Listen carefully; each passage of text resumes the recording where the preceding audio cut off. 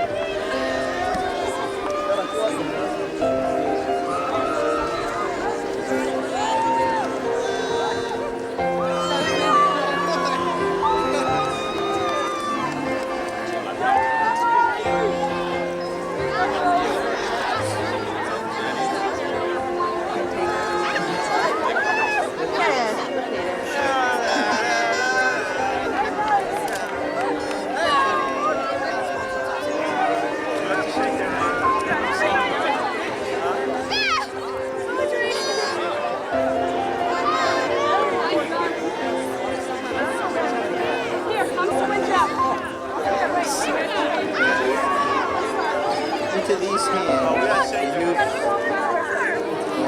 the future of America lies.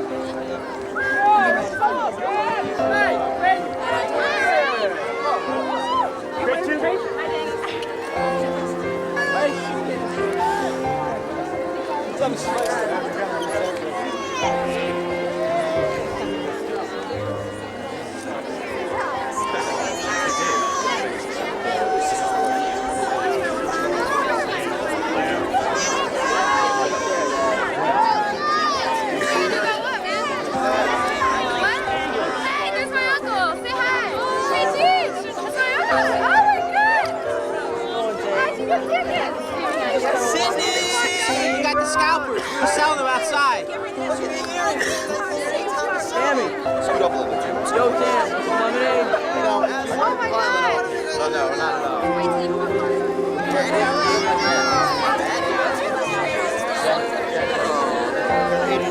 Bye, Mom!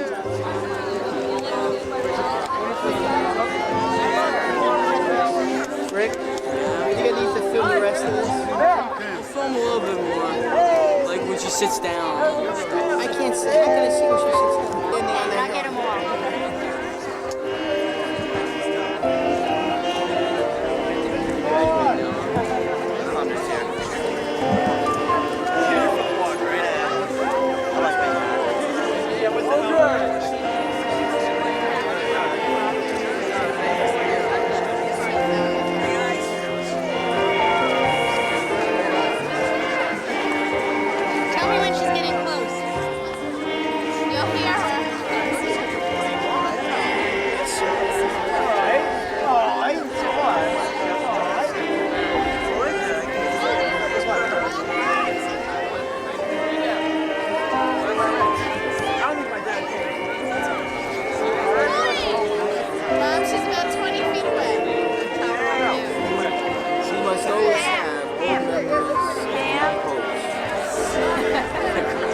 book of trite sayings for graduation.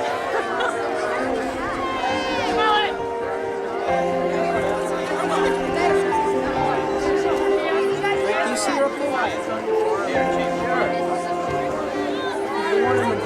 there?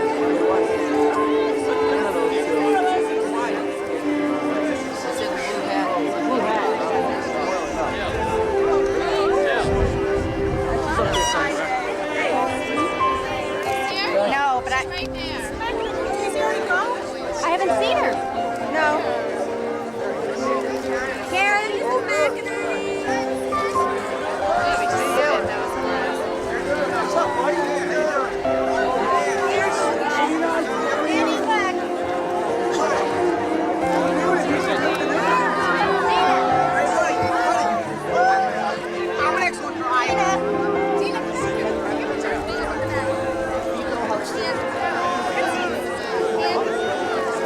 I'm gonna kill myself over here.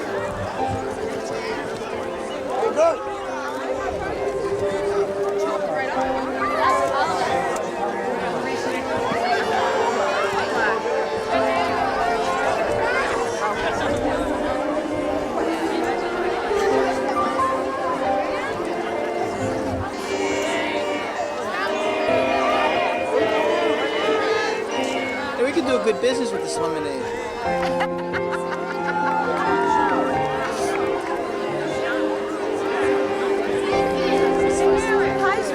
Alice, hi.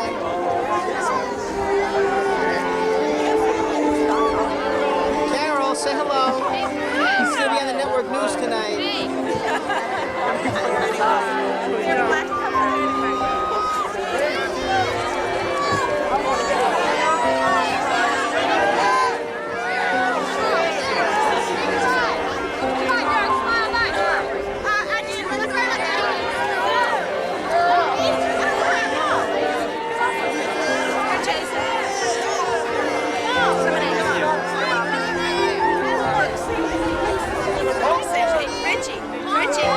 Richie. Turn around. He's coming in with the station. Tony! Hi, Tony! Hello, you guys are all behind. The party's on here.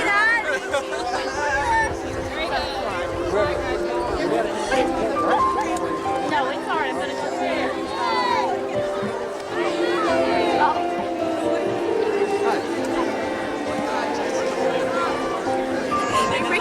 Richie says we should have been selling these things.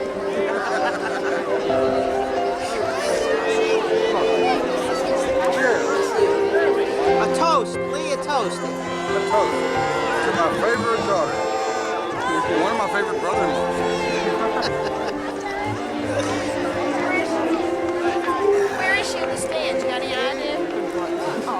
Lee, Feist.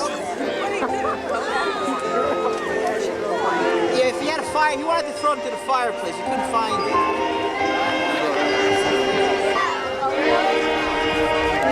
I see it right in the middle, front row, middle. Near the bottom, in the middle. Can't see the bottom. I want to get it up there. They won't let me go. What?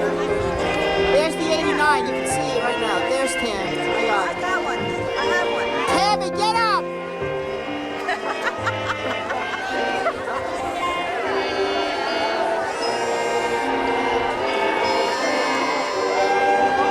I thought you told him, don't go on the bottom row. We can't see you then. I didn't ask her I could see you at the telephoto land. You see, Tammy?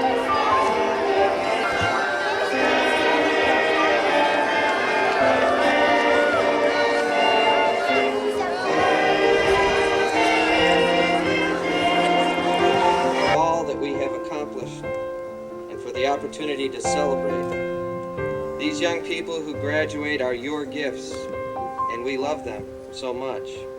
Yet you love them even more. And so today we ask that you would keep them safe, give them purpose and direction in life, help them to seek the welfare of others as well as their own, and grant them most of all a true sense of peace, the peace that comes from knowing your love and knowing that they are so very special in your sight. Bless this ceremony and all the festivities of this day. Bring us true joy by the guidance and power of your Spirit. Amen. I'd like to introduce to you the president of the class of 1989 who will lead us in the national anthem, Beth Blankenship.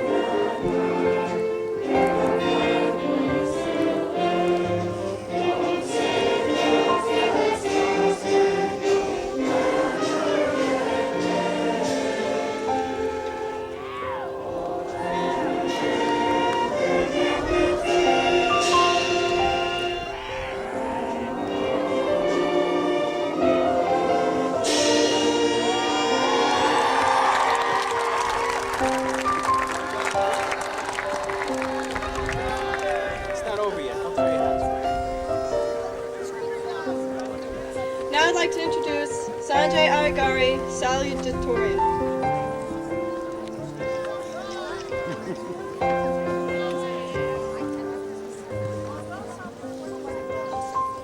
Friends, Romans, country. Oh, wrong speech.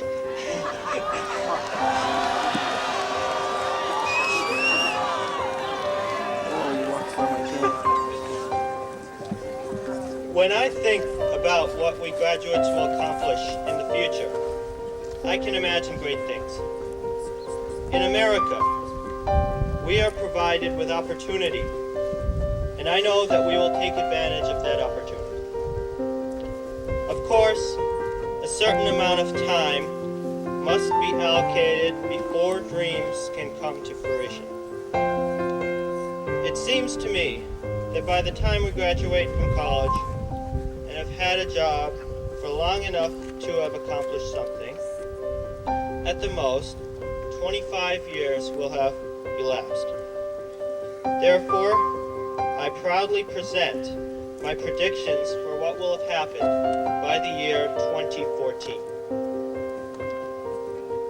25 years from now, the idea of having robots perform everyday tasks will become a reality. Think about having a robot as a servant. Wouldn't it be neat? No complaints, no fuss, no wages. Due to the advances in robotics that will take place, no doubt due in some part to what we will accomplish, this will become commonplace. If robots can pour your drinks for you today, think about what they will do 25 years from now. The world pollution problem will be solved. Safe nuclear reactors will be developed, reducing the burning of fossil fuels and reducing pollution. Impossible, you say? Not really. It is entirely probable that we will be involved in the design of such a device. Cars will use less or no gasoline, since I am certain alternative fuels will be developed. The greenhouse effect will be halted in its tracks. There's a lot of money to be made in such an industry, and therefore I am confident that we will vigorously pursue such an ambition. Medical science will progress tremendously in the next 25 years. AIDS will cease to be the threat it is today, reduced to a treatable disease. Cancers will be treatable, not deadly. Genetic disorders will not only be detectable, but fixable. And what is great about all of this is that we will surely be involved in some part of it. There will be an American to step on a planet other than Earth. After all, we have had unmanned spacecraft to Mars and manned spacecraft to the moon. There's no reason why we couldn't have a manned mission to Mars, especially given the time frame of 25 years. And I am certain that some of you have a deep interest in such a mission and will therefore assist in some way or another in accomplishing this feat.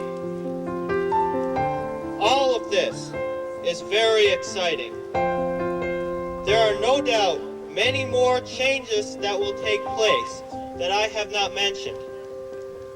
But I know that every single one of us will be involved in some exciting event that will change the world forever. This is the most exciting time of our lives. My parents have told me that it is so exciting that they wish they could be my age again. Obviously, they have been very important in encouraging me to pursue whatever goal I am interested in. Finally, acknowledgments must be given to all people who have somehow contributed in any way, shape, or form during any time, place, or circumstance, who have thereby enlightened many of our lives and have assisted in my endeavors.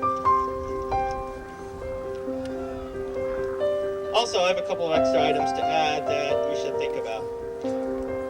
We will have solar-powered flashlights and dehydrated water. After all, anything is possible. Thank you.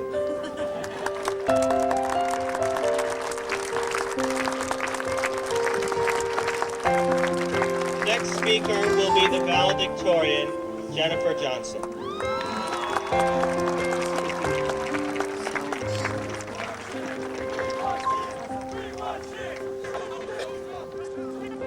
Faculty and administration, usually valedictorians speak of its aim is to tell the incredible and awe-inspiring feats that they will accomplish when they go out into the real world.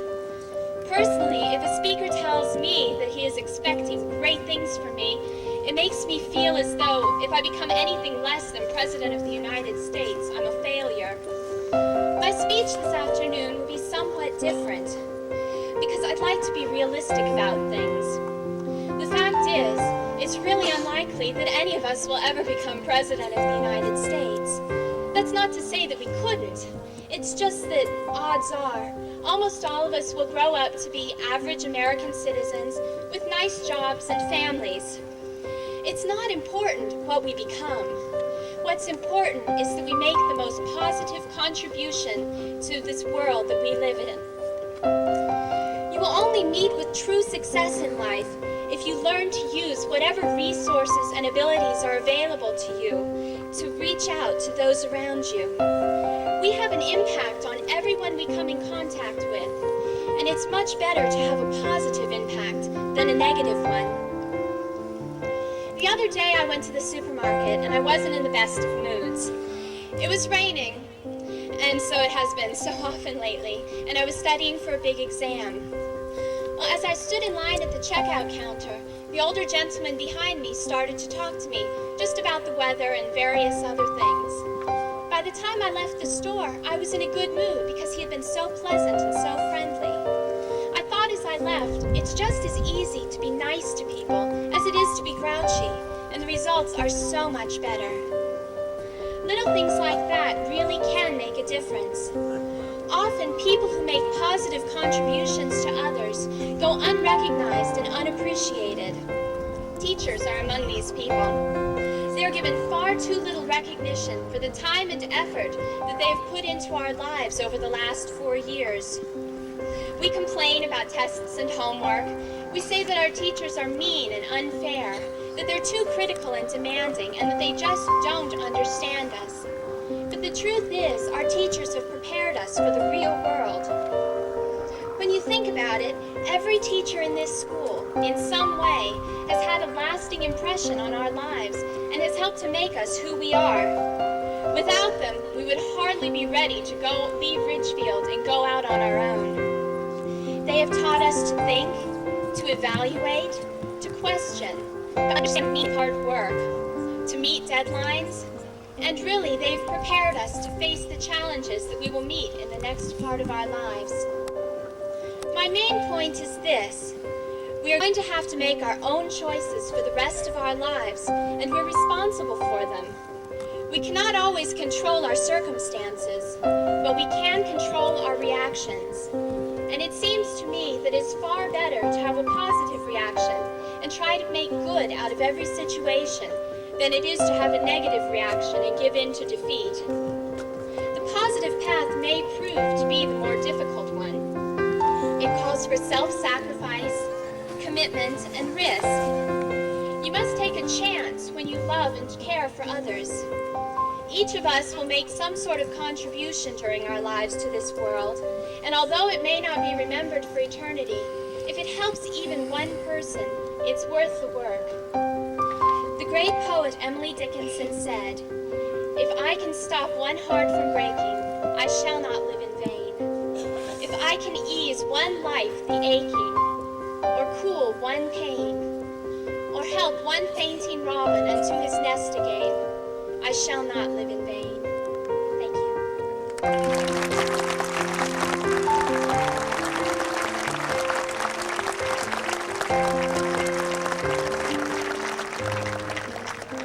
Our next speaker will be Nalini Jones, who will deliver the senior class address.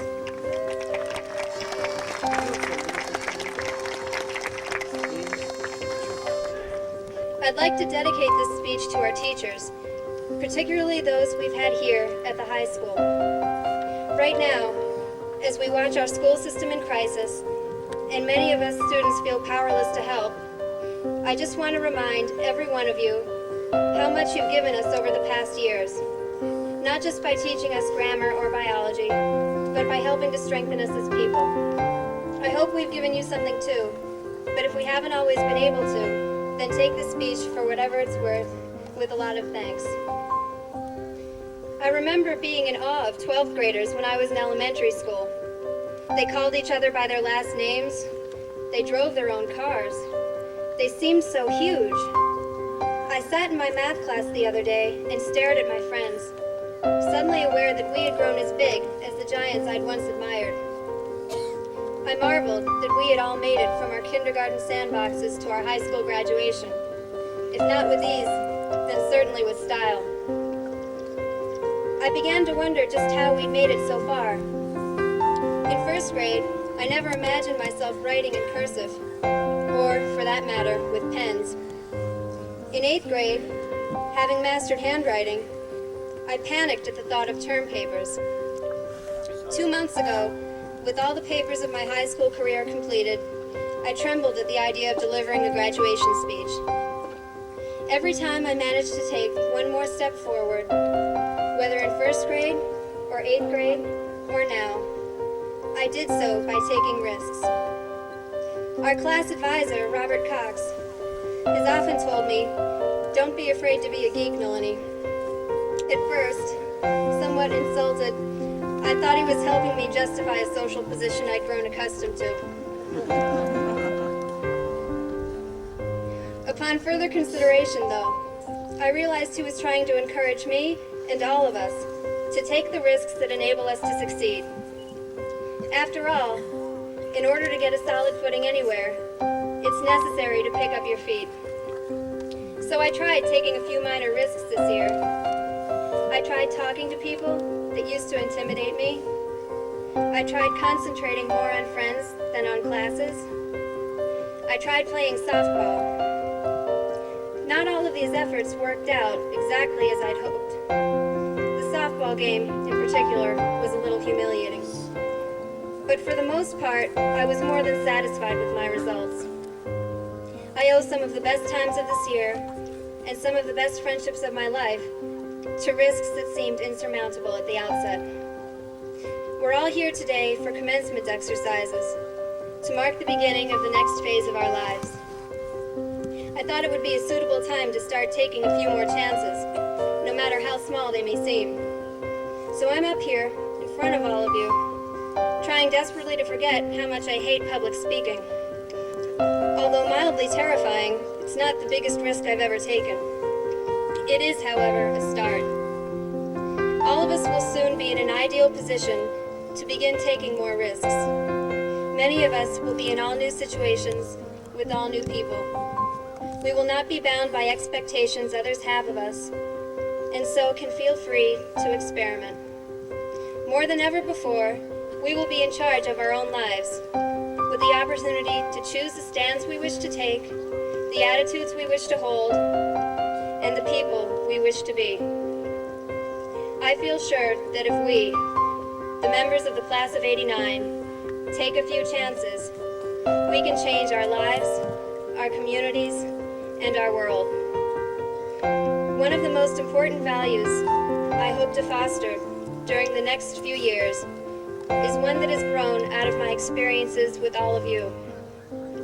I've been constantly amazed by the accomplishments of individuals in our class, from people who have demonstrated incredible skill on the basketball court or dedication toward ending world hunger, to those who were able to make me laugh during 7th period calculus. Every one of us has been a success in one way or another during the past 4 years. We have all tried to uncover talents within us, develop those talents, and grow through the expression of those talents. Watching the individuals of this class has helped me realize just how much empowered young people can do. And even if some of us can't play softball, we all have the power to make our lives full and rich and happy if we choose. Looking around at some of the people I've spent the last 4 years admiring, it's easy for me to believe that they can succeed. That people like Josh Rottenberg, Courtney Smith, Dan Briety, Alyssa Lodwick, all of you, have the strengths and talents needed to overcome any difficulty. It's a little harder to believe as completely in myself, and I know that may be the case for many of you. As we start to go out on our own, however, it becomes more and more vital to have faith in ourselves and our abilities. The most important thing we can take with us today, the thing that all our families, friends, and teachers have tried to instill in us, is a real sense of ourselves. With this knowledge, this true understanding, not of our particular failures and successes, but of our compassion, our decency, our willingness to learn, we are all well prepared for any challenges that await us. If we've all been able to accept, support, and believe in each other for the last few years, we should certainly be able to embrace ourselves now. As Crosby, Stills, and Nash said, the truth you might be running from is so small, but it's as big as the promise of the coming day.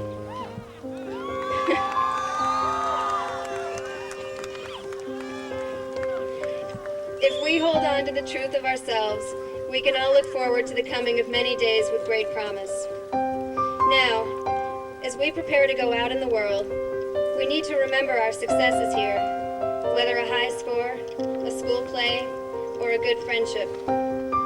When in the future we feel intimidated, we can think back to these moments and feel strengthened. For example, if I'm screwing up this speech right now, at least I can remember that a month ago I wrote a reasonably good story and might be able to write another one tomorrow.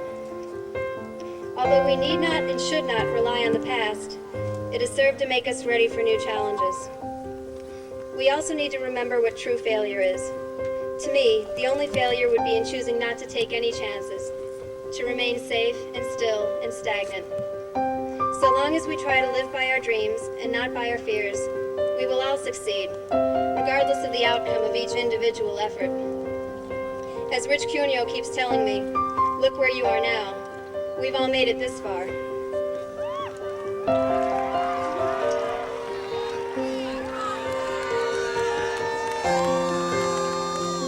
Whatever joy, triumph, or incredible relief we feel at this moment can be shared with everyone who helped to bring us to this point. We've all been able to draw from the love of our families, the dedication of our teachers, and the support of our friends. We should celebrate ourselves today, too, by being proud of everything we've accomplished, by holding on to the values that have brought us thus far, and by clinging to the ideals that will carry us forward. To quote T.S. Eliot, which I never thought I'd do, the end is where we start from. The next speaker is our class president. She's been a great friend to all of us. 89, whose members have taught me at least as much as I have taught them.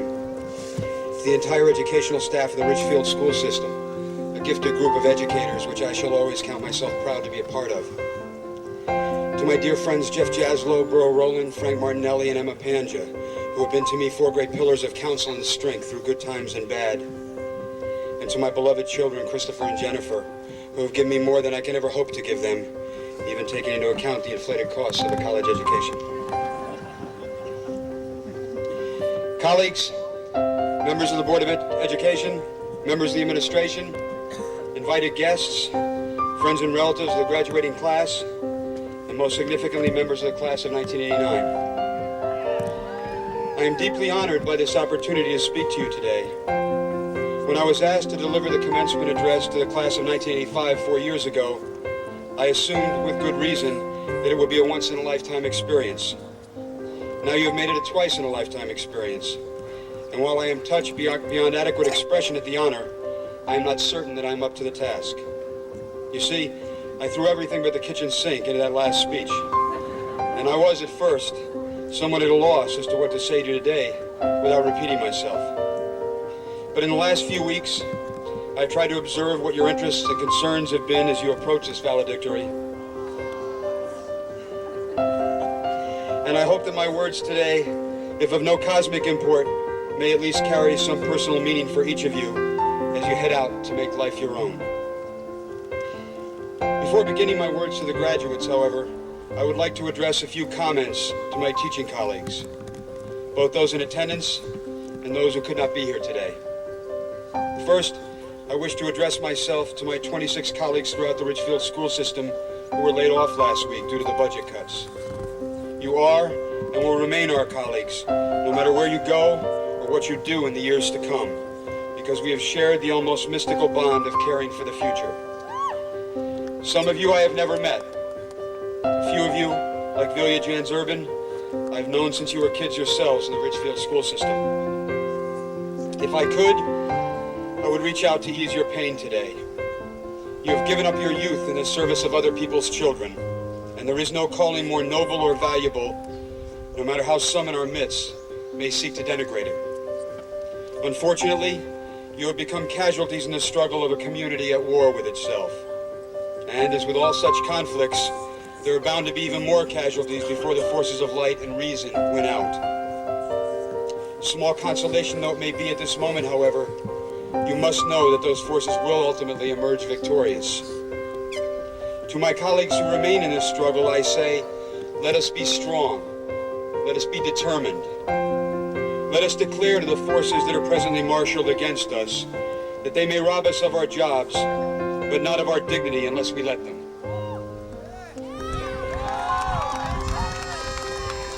That they cannot break our spirits, and that while they may persist in living in a dead and selfish past, we choose to stand with the future.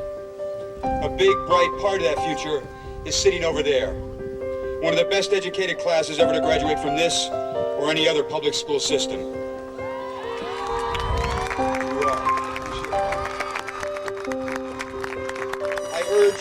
I urge this community not to make the class of 1989 the last such class to graduate from Ridgefield High School. Stand for the future with us, please. Now to the matter at hand. Members of the class of 1989, listen up. I have one last lesson to teach, and though it may sound presumptuous coming from a gray and gaseous emission like me, it is on the subject of staying young. I know this is a matter of some concern to many of you. The words of Bob Dylan's song, Forever Young, have popped up again and again the last few weeks. In your prom memory books, and the original selection for today's ceremony, to name just a couple of instances. The words to that song articulate one of the most persistent and elusive quests of our species. The desire to sustain eternal youth, if not in our physical grace and health, then at least in our spiritual and emotional intensity. On a physical level, this desire to stay young is simply another testament to the vanity of the human race. We live in an extraordinarily youth-oriented culture, and we see all around us the cosmetic evidence of our desperation to stave off the ravages of time. On a spiritual level, however, this will to sustain the clarity and freshness of our youthful vision is not merely understandable, but laudable. Almost all of us who have reached the age of paunch and grayness have had the disturbing experience of encountering a friend of our youth after many years, only to discover that the years have robbed that friend of his or her passion, or intensity, or enthusiasm for living. Such losses of life in the midst of life are like little deaths to all of us, and we owe it to ourselves and to those who love us to avoid at all costs ever being numbered among the rolls of the living dead. It is to this end that I offer to the members of the class of 1989 the following suggestions for sustaining the passionate clarity of their youth, while at the same time embracing the joys of a maturity they have barely begun to taste. I believe the first key to sustaining youthfulness is overcoming the fear of growing old. Fear in all its sickly forms eats the soul, but none more than fear of the inevitable. In attempting to flee from the rule of time and aging, more often than not, we propel ourselves into its ravages with either comically immature or dangerously self-destructive behavior. On the other hand, in a world that is becoming increasingly devoid of values, there is something eminently desirable in sustaining the moral clarity of youth, in refusing to lose that steadfast sense of self which permits the exceptional child to stare down the lies and injustices of an often unfair world. My maternal grandmother died in 1971 at the age of 99. A physical specimen so shrunken and twisted with age that she once asked me almost wistfully, "Bob, how did I ever get trapped inside this body?" Yet the day she died, she was one of the youngest women I had ever known, because not even a century of life had crushed her spirit. She still looked at the world through the clear eyes of a child, And while that century of life had made her more wise and more cautious and more knowing in the ways of human nature, it had not swept away those values which had defined her person and kept her young. And what are those values which sustain youth? One of the most evident is tolerance. I've been watching children and adolescents closely for over 20 years now. It is not a fetish, it is my job. One of the truths I have learned through this observation is that while most young people can be willful, arrogant, exasperating, and more than occasionally egocentric, they are also remarkably decent and fair and just. There is a reason for that fairness. Children are not instinctively afraid of what they do not know. They are taught that little piece of twisted conventional wisdom by adults, usually by adults who love them. I would urge you, the members of the class of 1989, to resist and reject that conventional wisdom. I would urge you instead to cling to that golden rule of schoolyard ethics, that sense of fair play which taught you to judge each human being you met on his or her merits as a person, not on his or her race or religion or sexual identity. If you choose to cling to that value, though, it will be a struggle, because you are headed out into an America which, after over a century of gradually and admirably increasing its sense of tolerance, is starting to doubt its own best instincts. The weakening of civil rights legislation by the Supreme Court has posed the prospect of a new age of quiet but pervasive racial discrimination. Gay people are bashed and openly discriminated against all around us. Anti-Semitism and neo-fascism are once again on the rise. Members of the class of 1989, these situations and developments are wrong, and your youthful eyes can see that. What you can't see yet, but what you will inevitably come to see, is that this life is a constant struggle for dignity, and none of us ever gets enough of it. But when you do unto others as you would have them do unto you, you not only afford yourself and that other person the best chance you have for achieving a sense of dignity, you also cling to one of the best parts of that child within yourself. Another such value is sustaining a youthful understanding of the nature of true strength. I'm not talking about toughness. That is the mere ability to absorb and inflict pain, and it is an easy trick to learn. Nor am I talking about the accident of temporal power. I am talking about strength of character. Children know the difference between true strength and simple toughness. For example, if I, as a teacher, were to lose control of myself in a confrontation with a student through anger or frustration, I could, on the surface of things, bend that student to my will through abuse of my power as a teacher or through intellectual meanness. But I would not bend that child's spirit. He or she would see that I had lost strength, that I regained control of the moment only by virtue of my position, and that student would no longer respect me, nor should he. The same should be true out there in the real world, guys. More often than not, we confuse bravado or the Machiavellian pursuit of power with true strength. The athlete who cheats to get an edge, the corrupt executive who connives to secure great wealth, the political ideologue who circumvents democratic process to achieve his ends. Each of these figures at one time or another in the last decade has been presented in the media as an icon of cleverness and strength, if not virtue. Do not be misled by these mendacious images. With each such failure of perception, the individual gives away not only a piece of his value system, but also a piece of his childlike soul. So if you wish to remain forever young, you must learn to distinguish and practice true strength of character. If I were to offer you only one more secret to sustaining your youthful passions, it would be to embrace responsibility. I know this appears to be the most incongruous suggestion in the bunch. Over my 42 years on this earth, I have watched all manner of adults vainly attempt to sustain their youth by running away from responsibility, believing that it is the pressure of responsibility which ages us. Such is not the case. As children, we admired those adults most capable of standing up and taking responsibility for their own lives, for the care and nurturing of those they love, for the well-being of their communities. As adults, we become, in the best of senses, both more mature and more childlike when we embrace such responsibility. It is an act of faith to the role models of our youth. Probably the best and most relevant example I can give you is parenthood. If it were my son or daughter graduating today, I would want to tell them a few things about the relationship between love and responsibility. And without presuming to speak for your parents, I would like to tell you those things now. I would tell my son and my daughter what blessed gifts they have been, what wonderful human beings they have turned out to be despite laboring under the burden of having me as a father. I would tell them how their unconditional love has made my life shine, and how I hope that they have felt that same kind of love in return. I think most of all, I would tell them that, despite the occasional whining and complaining about the hardships of raising children, that embracing the responsibilities of my parenthood has made me a better and a younger teacher, and a better and a younger human being.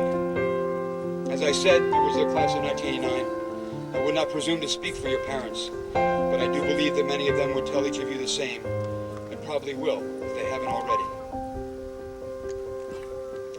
And now the time has come to say so long, but not goodbye. Our hopes and thoughts will be with you in the years to come. And now that you are no longer held captive by these fields and corridors, we hope you won't be strangers. We have been connected, students and teachers both, in the pursuit of truth and knowledge and understanding. Such bonds do not break easily. We hope you will come back and let us see the fruits of our labors in the years to come. Let us see the fine young men and women which we are sure you will become. And in recognition of that connectedness, I would like to ask my dear friend and co-advisor Jeff Jaslow to join me in sitting with the members of the class of 1989 for their last few moments as students of Ridgefield High School. We mean no slight to anyone on this podium, but simply wish by this gesture to represent our colleagues and to reaffirm the noble pursuits of our profession, to stand with, never in the place of our students, to nurture what is best in their youthful dreams and values, and to push them ever so gently into a brighter future of their own making. Bless all of you. Have wonderful lives, and thank you.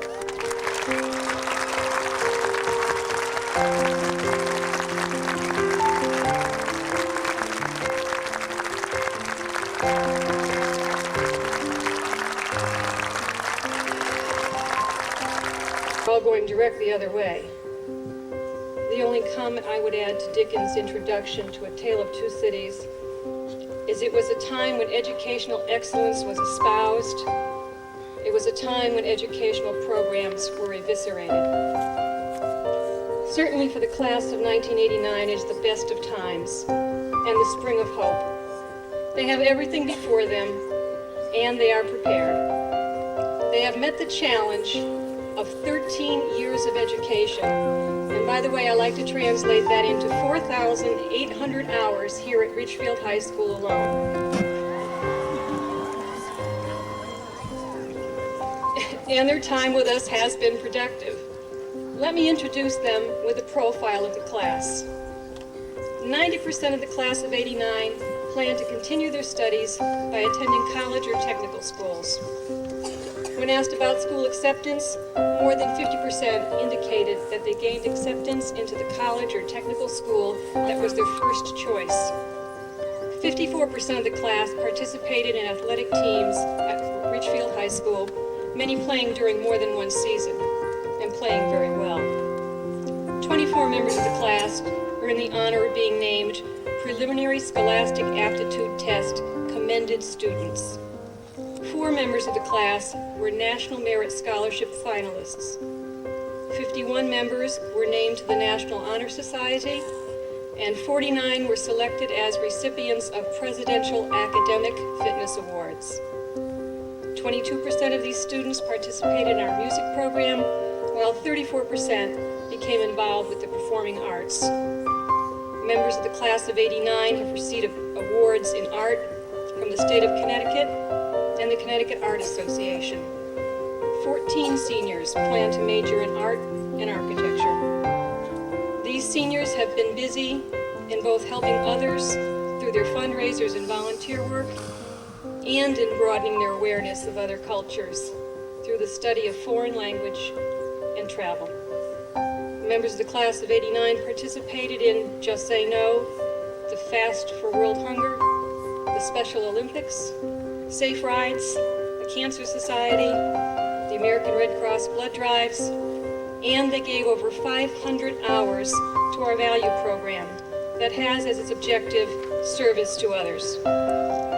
Members of the class of '89, headed now for new locations and challenges, have traveled throughout the U.S. and abroad to such places as Italy, Sweden, Greece, the Netherlands, France, and Spain. The class of '89 is described by their advisors and teachers as intelligent, responsible, cooperative, spirited, and diversely talented. Their class officers and club presidents have served them well. They are prepared. We can let go of their hands and let them take their next steps alone. They are sure-footed, capable, and articulate. We will miss them, but we speed them on their way. Class of 1989, best wishes. For you, these are the best of times.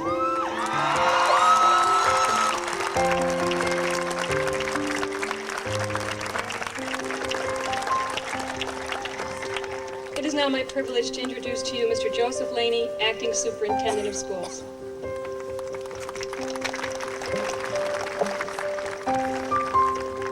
I would like to extend my compliments to the class of 1989 as it completes, or will complete in a matter of minutes, 4 successful years at Ridgefield High School. And I wish each and every one of you both success and happiness in the years that lie ahead.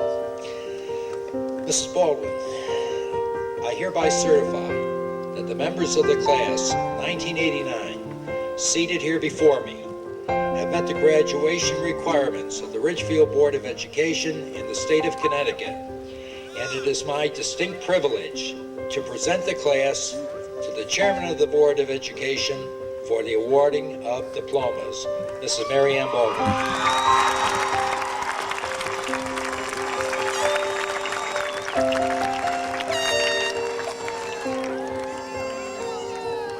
Mr. Laney, Mrs. Bissett, honored guests.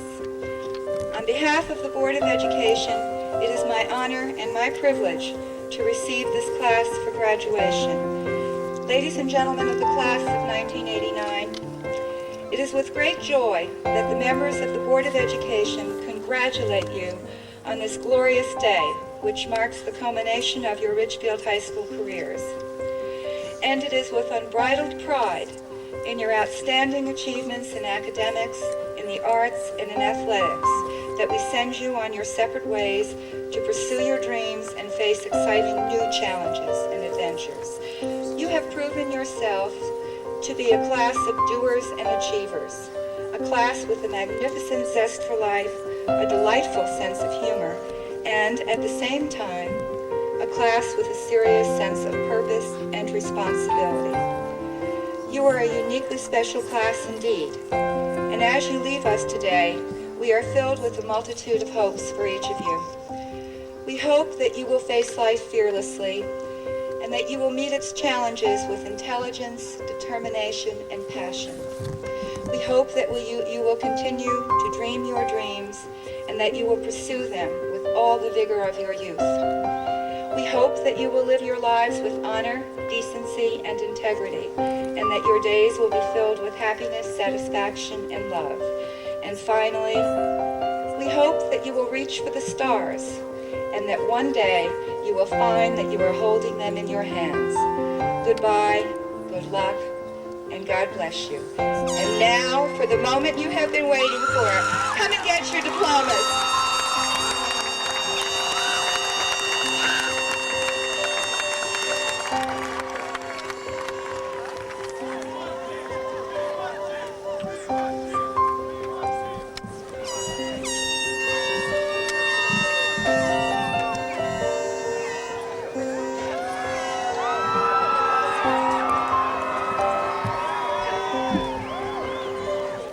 Elizabeth Neal Boyd.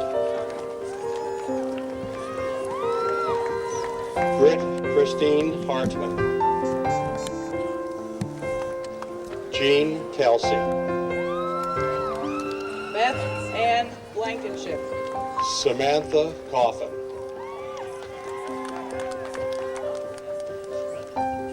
Susan Carlin Schrenkel. Jacqueline Leslie Block. Nalini Jones. Jennifer Ann Johnson. Sanjay K. Ayagari. Valerie Elizabeth Komar. Jonathan A. Pope.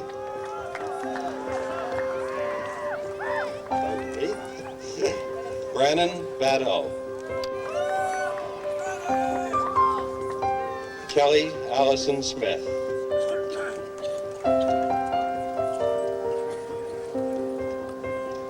Eileen Andrea Rosenberg.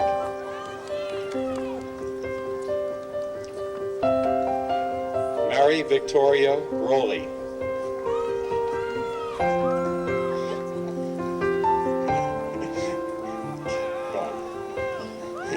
Karen Ann Lungberry.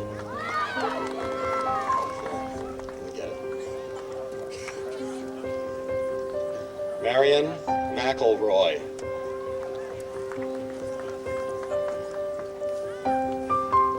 Stephen Luminati.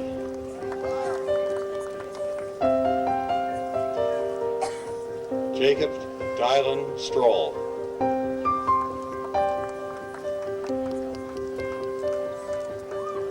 Jason Velocinos.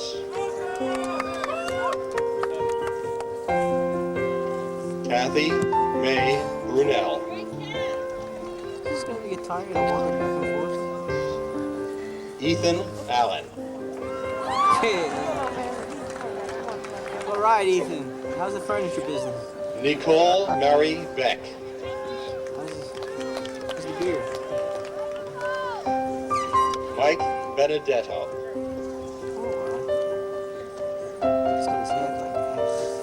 Mary Baron.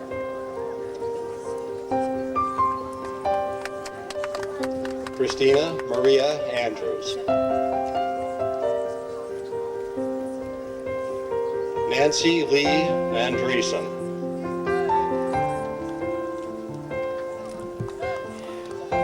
Stephen Armitage. Steve Brown. Adam Orasi. Neil Bettigol. Jeanette Marie Brandy. Mark Benoit.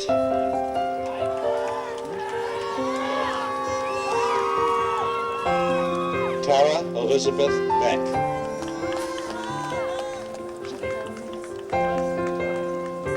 Stephen Briganti.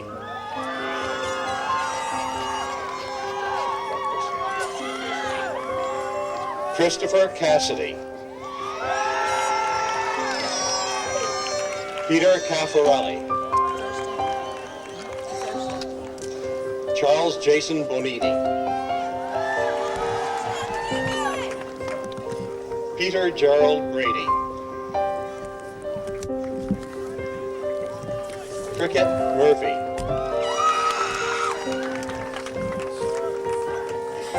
Valerie Conti. Who's... All right, any content. Krista Good Cuccia.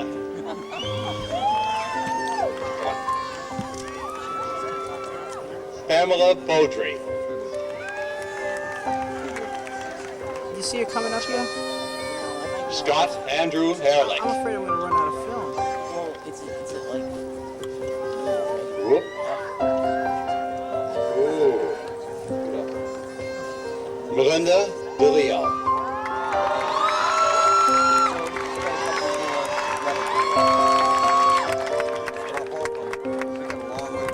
Not her at all. This is a stranger. Michael E. Leverson.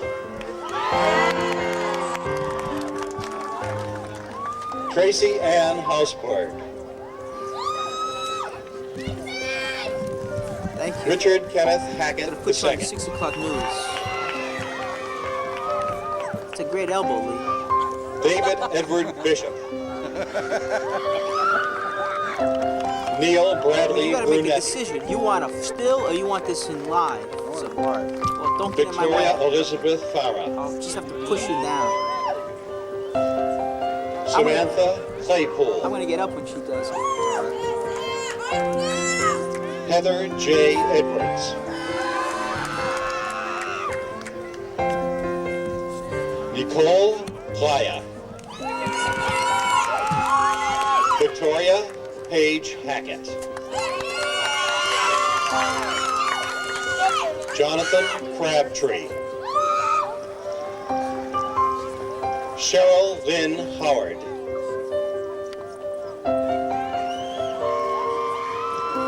Tom William Farr. John Kincaid Bishop. Jared DePasquale. Grace Lapola. Gwendolyn Rachel Vanda. Lady, get out of my way. Michael Ray Egan. Lady, hurry up. This guy's gonna... Tamara Lee Feist. Oh, wonderful. Thank you very much. James Patrick Farley. Michael J. Rivas. Jessica Lee Lefcourt. Keith F. Eng. I like that. Nice short. Concise language. Monica Charlotte Call.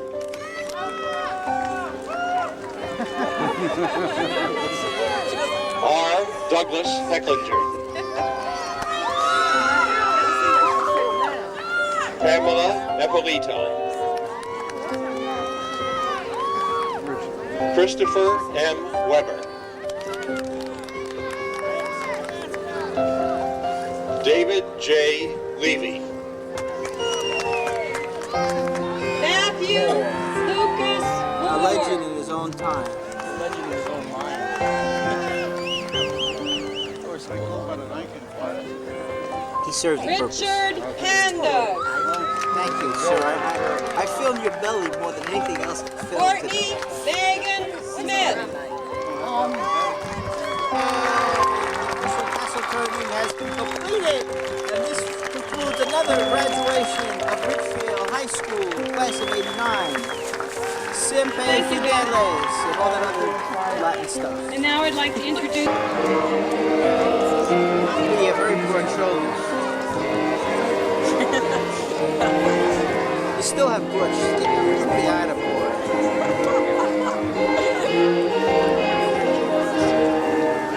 No insecurities.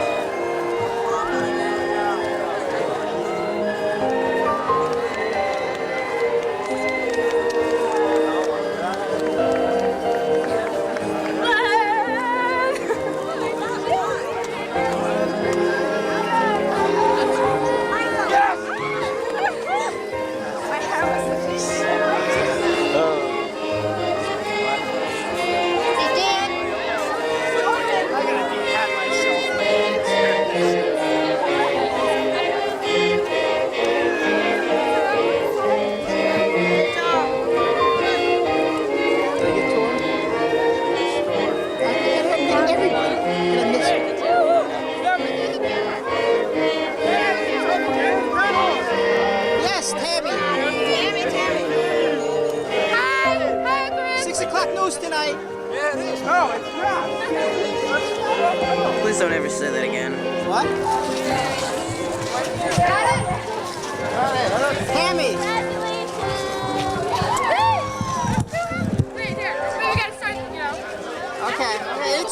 focus. Wait a minute. Just hold it up. Hold it up. Hold it up. Hold this. Don't move it. There you go. Okay. Very good. So, I want some words of wisdom now. Come on. It's time to party. It's time to party. That's pretty wisdom. Oh, boy. I gotta get showered. Okay, got everyone waiting for you right over there. Okay. All right, we'll see you later, Tam. I bought a dress, and it was really nice to me, but they wouldn't let me wear it under it. This is my 8th grade dance dress. It's from 8th grade! No, it's something else. I don't know. It's from when I was 14. Because it was bright green, and so it showed so much everything. And I bought like 3 shoes to match and everything.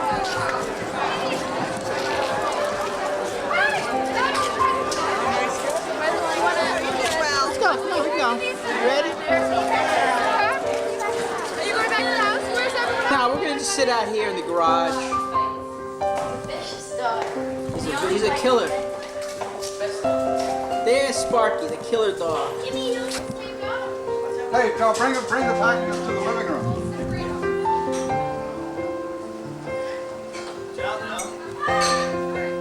That looks like a dud there, Lee. Can I have a towel, please? That's a good idea. Yes, hurry. Hey, can I do it? Yeah. Can I do the towel? That's up to you, whether or not you want to cream someone. Could you put the light back on, thanks? This camera is good, but it's not that good. Oh, he's got experience. Here we go. Ready? That was the Oh. Oh, it's supposed to hit the ceiling. This one will hit the ceiling. Ready? Alright, yeah. Okay. Thank you. Whoop. Whoa! Look at that. Tammy, Switch out there, Rich. Tammy, you do it. Ready? Go ahead. Don't shoot. Ricochet right there in front of you. Assassination attempt.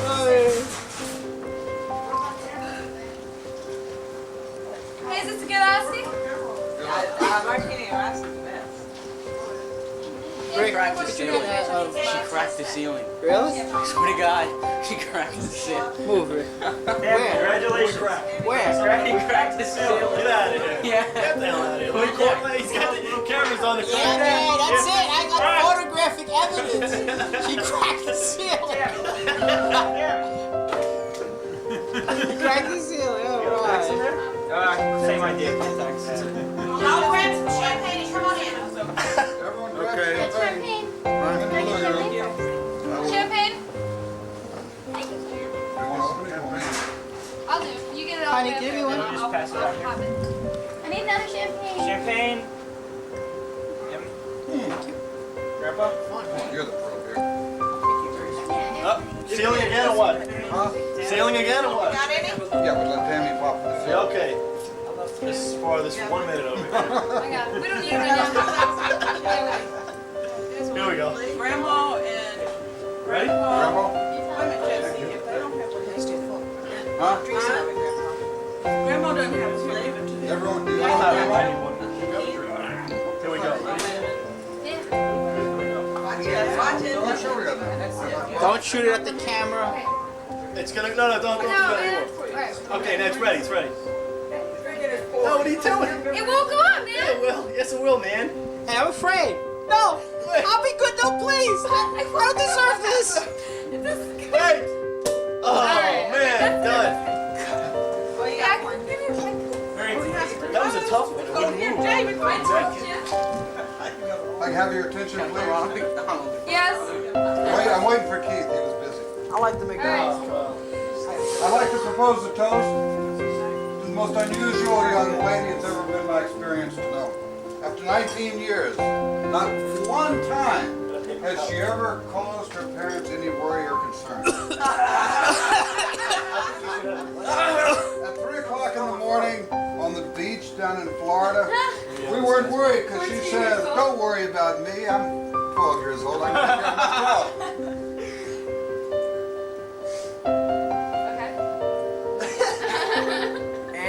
Hurry up. This is Yeah, quick he's posterity. wrapped out. Oh, sorry about that. No, when Tammy disappears, we never worry. Because she says, "Don't worry about me. I can take care of myself." When Tammy leaves with her friends, she said, "Don't worry about me. I can take care of my friends." finished school. She says, don't worry about me. I'll take care of everything. You took care of everything. Congratulations. Tammy! Hey! Cheers. Hey. Cheers. Ah. Oh, oh.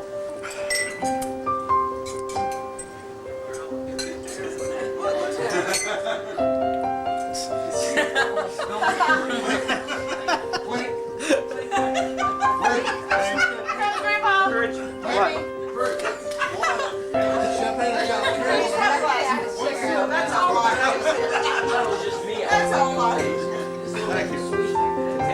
These are a pain. Tammy? What? Like, Clink. did you get Grandpa? Yeah, I get Grandpa. You get Grandpa? Okay. I did. Okay. All right, come over here. Rusty, You want Rusty spoon. give me Carol? Oh, that's okay. I'll take that over there too. Oh my god, I didn't even see that.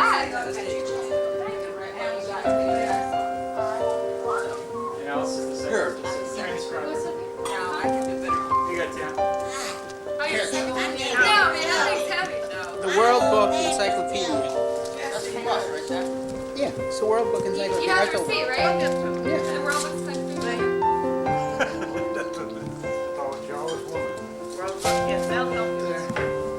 No, I won encyclopedia like in 7th grade. That's what it looks like. It's like What? it is. Yeah, but it's I saw it. I saw it. Brad, the world's top. Period. Brad, the world's tough, but you're tougher. The world is rough, but you're rougher. The world is stupid, but you're... Well, things break down at this point. Congratulations. Who's it from? Us. Them. Us down. Thank you. Open it so I can write it down.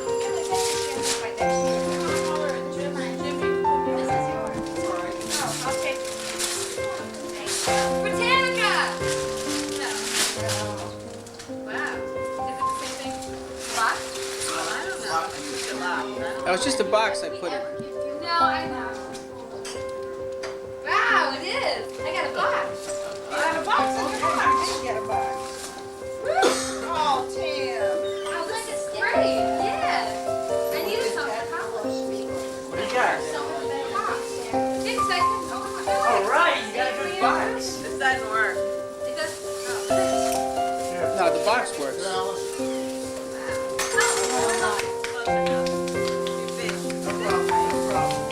Wow, who makes Let me this? see that. Let me see it. Turn it this way. I don't know. Oh, wow. Richie picked it Tammy, out. look at that. I do. I got to catch her up. Oh my God. TV. Wow, look at this. It's great. Speaker.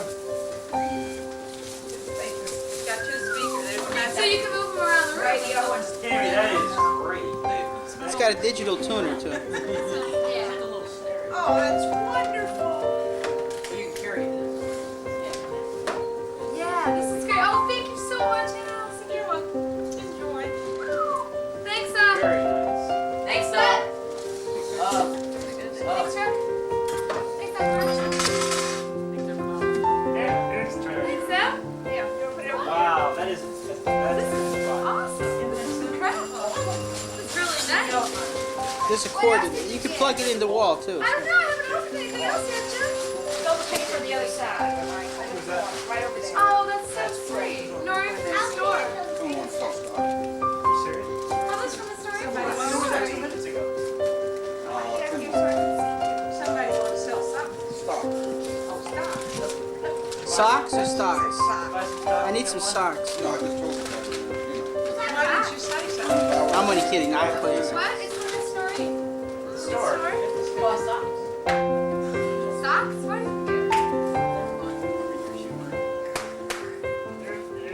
Oh, I got socks. Yeah, I don't know. Ooh.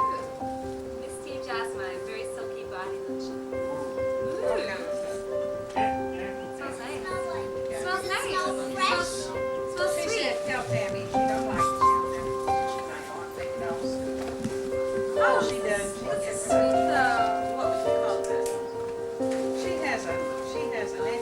It's a fruit salesman. Let's I'm trying to say. Yeah. No, you So she wanted to say, she's Yeah. I guess what she Jack, I'll use it right now. Yeah, this goes to Jimmy. Garbage. Lotion. Garbage.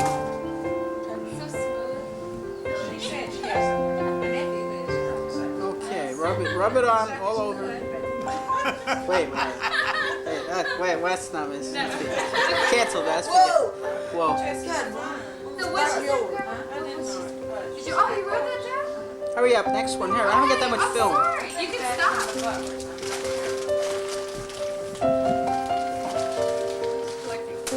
Jimmy collects garbage. Okay, Ben, you can put that on the garbage. That's so sweet, but you didn't think about it. Now, who's this from? I think from the Butlers. From the Butlers. That's sweet. Oh, I got an outfit. That looks Arizonian. Yeah, that's Arizona. Oh, I got a pair. What are these? Oh, but they're cute. Look at them. They're different. Yeah. So I can look different. So I'm time for our next one. Just, I have to reflect on it. Here's a list. Is that what it says? Family. We figured you couldn't have tan lines in Arizona. Yeah, is that what you did?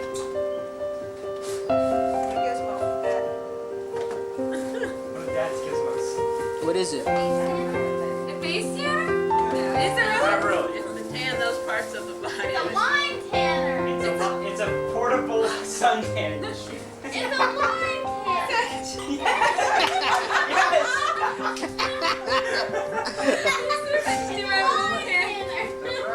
Oh my gosh. 5 minutes a day to This is interesting. This is endless possibilities. If I won't get into them right No, now. you don't need to write that one down.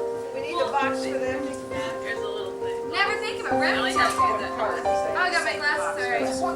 Sorry. Yeah. Here's the have Hey, Tammy. The rest of the gift. Oh, it isn't? Tammy. So you can sell it? No, Zora used you as a The rest of the gift comes later. Why don't you just... You're welcome. You can read it out loud. Are you sure I can read this out? No, read it out. Glad to see you've got your... Which one of these you get?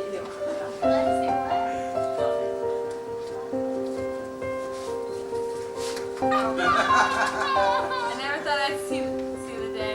Maybe your mother can quit worrying. Love Samuel. It's for $50. I owed him like so much money. I know, it's not a real check. Oh, it's not a real check? It is a real check. Look at the note on the check. Now we're even? Yeah? Really? I don't owe you $50 anymore. Oh, that's right. Oh, how sweet. Wait, no, this is a check for $50. In other words, you're giving me $50. I don't owe you a thing. Cash the check, you gotta pay me my $50.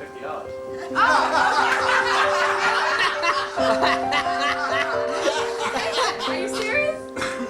Open your presents. We'll talk about this later.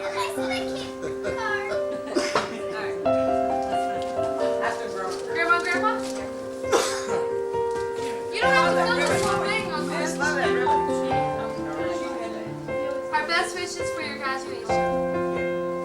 We're very proud of you today, and we have good reason to. We're proud of what you've done so far and what you plan to do.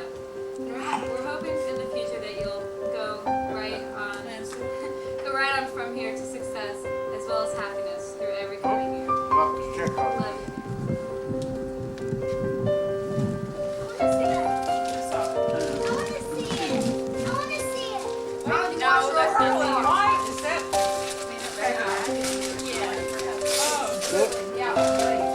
I wonder what this could be, Grandma. I know. I just heard it. I heard the surprise. No, I just heard it in there. It just made a noise. No, it didn't make a noise. Oh, it did? Wait, see it. Whoa! That's a surprise on that. Oh, what is it? Oh, it's a laundry bag.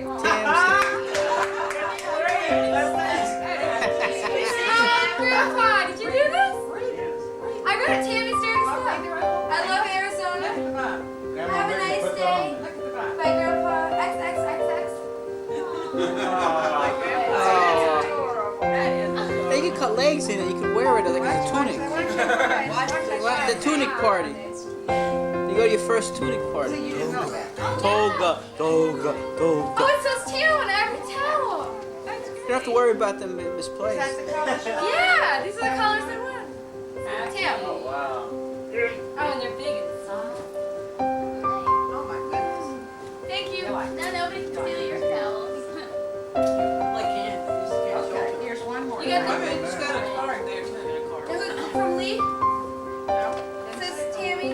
Tammy Lee. Oh, Tammy See Lee. who it's from. Look on the corner of the envelope. Look at the corner of From Sparky. Oh, Sparky. Oh, now I got my motorcycle. That's all you wanted. Thanks, Dad. Oh, he's got a falling apart. A defective motor scooter even. Whoa, look at this now.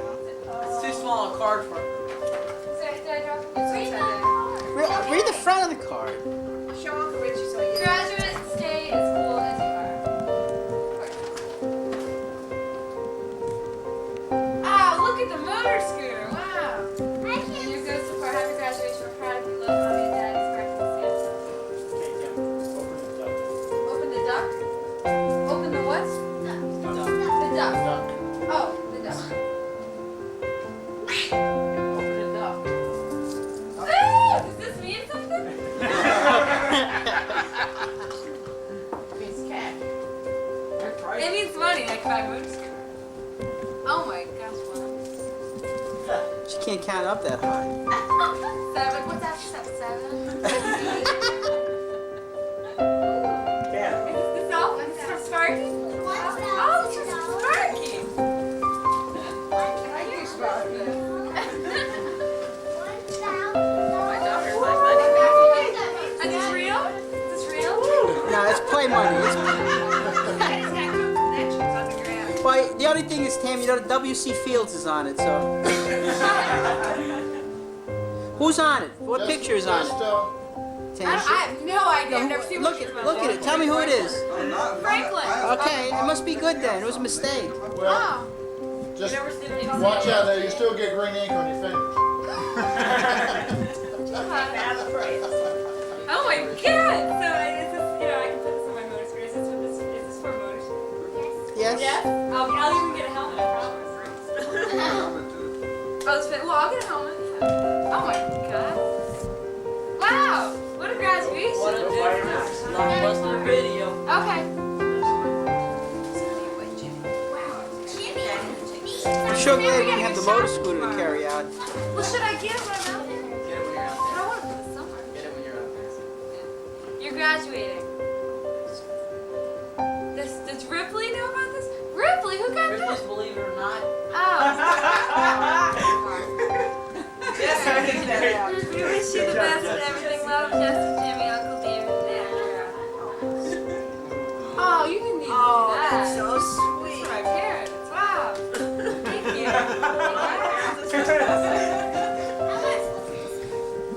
Thank you. Big card, isn't it? I love the card. Thanks. The card's bigger